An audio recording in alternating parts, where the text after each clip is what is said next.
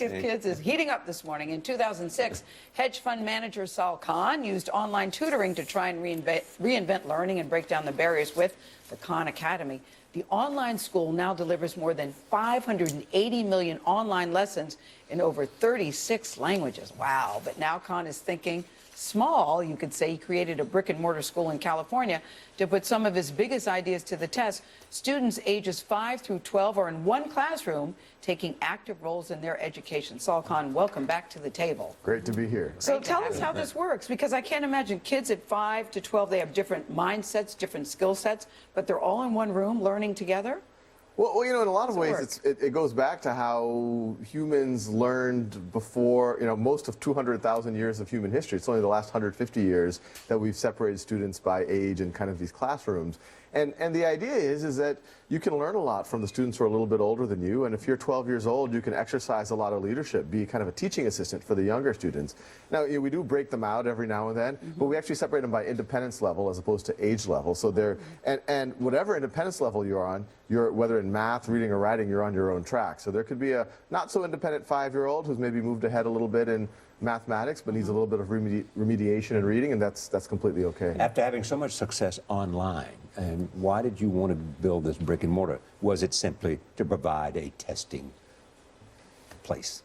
Yeah, you know, whenever someone imagines anything virtual, you know, they say, okay, Amazon.com versus Barnes & Nobles. And we never thought that. We always said, look, Khan Academy, the virtual, is going to be a resource to liberate the physical. And we wanted this to be a testing lab where we could really show that happening. And not just to be a small school for a handful of kids, but leverage Khan Academy, the reach. You know, we have over 30 million students using us, that we could send them information, send their teachers information on how they can do similar things in their own classroom. You know, Montessori education uses some of that idea of students in different grades teaching in one classroom together. But you talk about a year-long school. Why did you want that to be part of the curriculum?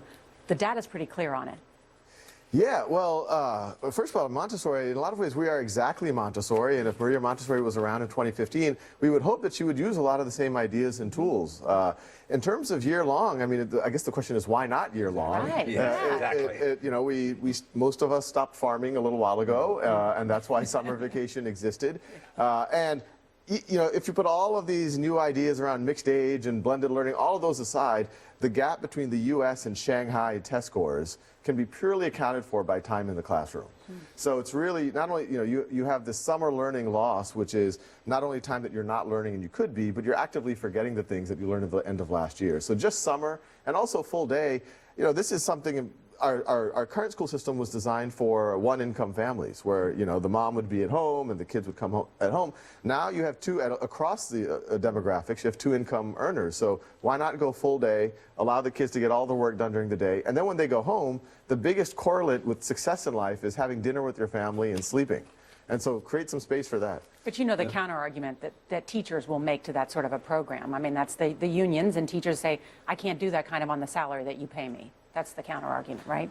Well, yeah, and you know, this is something that we want to explore, because if you look at funding in education, actually very little of it goes to the teacher. Here in New York City Public Schools, they're spending close to $20,000 per student per year.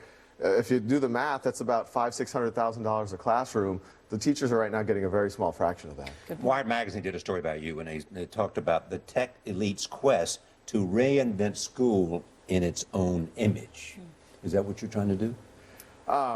Well, you know, I drive a Honda, so I don't know if I'm a tech elite. But Honda's a good car, Sal. Oh, no, it is. You are somebody that the tech elite pay attention to. That's true. Well, no, I think I definitely did want. It was actually my dream to start a school even before Khan Academy existed. But now, once Khan Academy has had this reach, we've worked with a bunch of schools trying to push the envelope around mastery-based learning, blended learning, project-based learning. We said, let's do it under our offices for real. Yeah. You started the Khan Academy years ago to help your little cousin. How old was she? She was 12 at the time. And what was the subject? Unit conversion. So did you ever think it would go to this, Sal? It's amazing what you've done in a short period of time. No. Good answer. But it's changing education. But you're changing education. Big supporter like Bill Gates. Yes, and love having you here. Thank you as always, Sal Khan. Great to be here. Thank you. This